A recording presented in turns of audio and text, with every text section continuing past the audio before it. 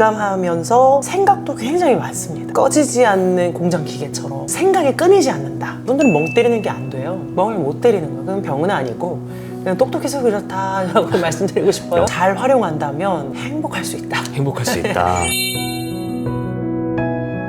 친구같이 편안하게 마음의 고민을 나누는 시간입니다. 마음의 벗 진행을 맡은 도준석입니다. 여러분의 마음을 친구처럼 편안하게 만져줄 분을 모셨습니다. 안녕하세요. 네, 안녕하세요. 네. 상담심리사 웃다로 활동하고 있는 나예랑입니다. 반갑습니다. 선생님, 네. 저는 너무 예민해서 너무 피곤해요 라는 분들이 요즘 좀 많으신 것 같아요.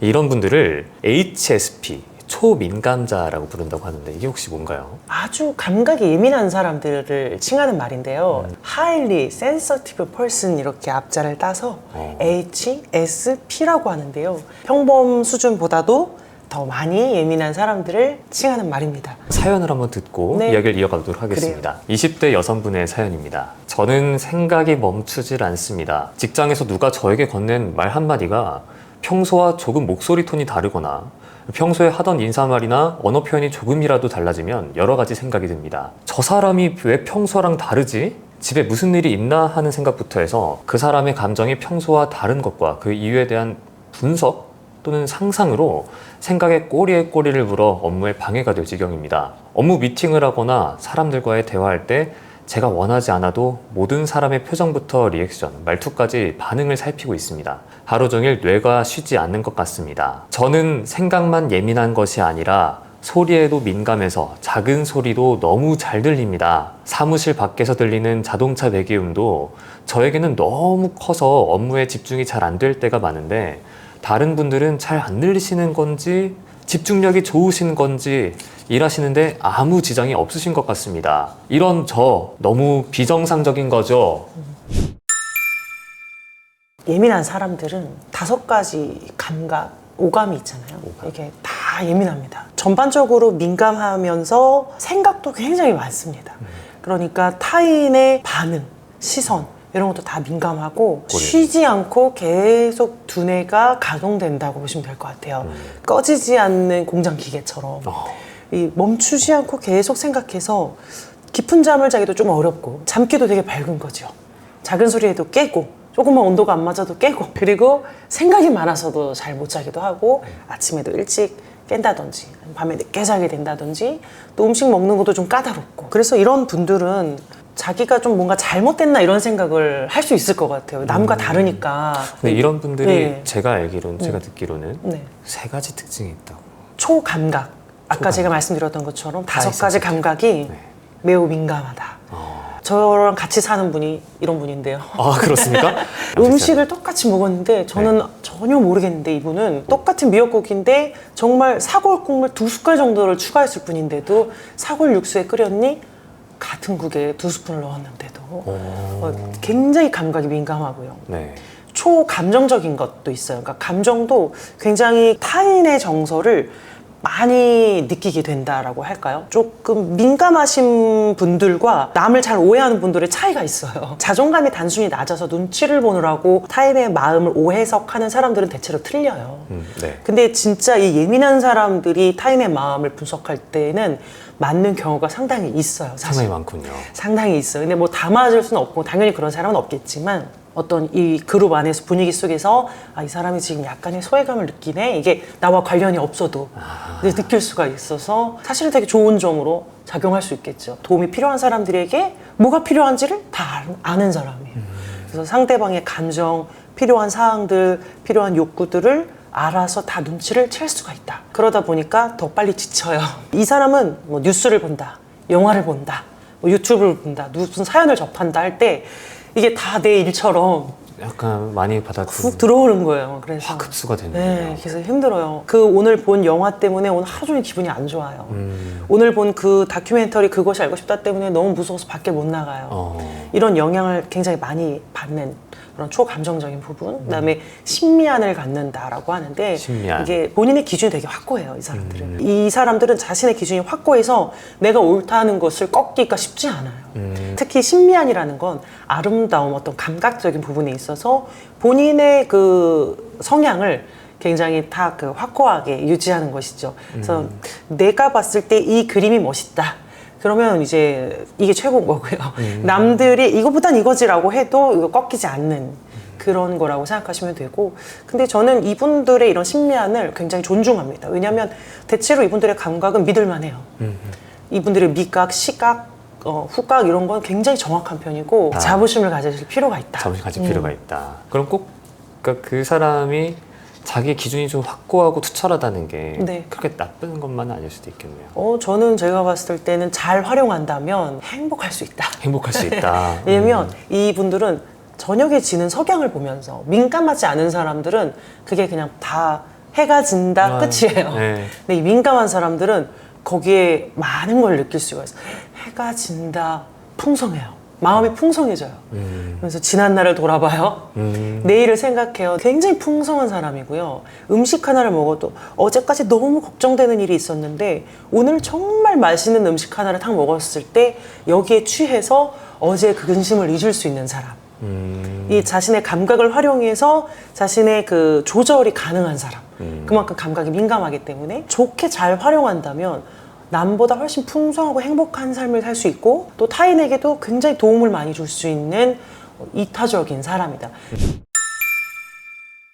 태어나는 아기의 15% 정도가 예민한 아이로, 까다로운 아이로 태어난다고 하거든요. 15%요? 네, 15%가. 근데 이 친구들은 어렸을 때 자기 양육자를 조금 힘들게 했을 확률이 높아요. 왜냐하면 민감하기 때문에 많이 울었을 거고 요구사항이 굉장히 많습니다. 불편한 게 많은 아이들이라서 이불이 좀만 거슬거려도 울 거고요. 피부에 좀 그렇죠. 촉감이 예민하기 때문에. 그리고 조금 추워도 울 거고 조금 간지러워도 울 거고 그럼 이 부모가 키우면서 굉장히 많이 지쳐서 이 아이에게 따뜻한 애정과 여유를 가지고 이렇게 베풀어주기보다는 보통은 조금 뭐랄까요.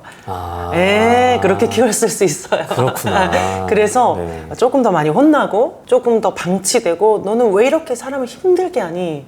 너는 너밖에 모르는 이기적인 아이야. 이런 소리를 들었을 확률이 상당히 높다. 그러다 보니 이 예민한 사람들은 자연적으로 조금 자존감이 낮게 형성이 되는 경우가 있어요. 그렇군요. 근데 부모가 미리 이걸 알고 이게 맞게 잘 케어를 했으면 나는 되게 이제 센서티브한 특별한 사람이야.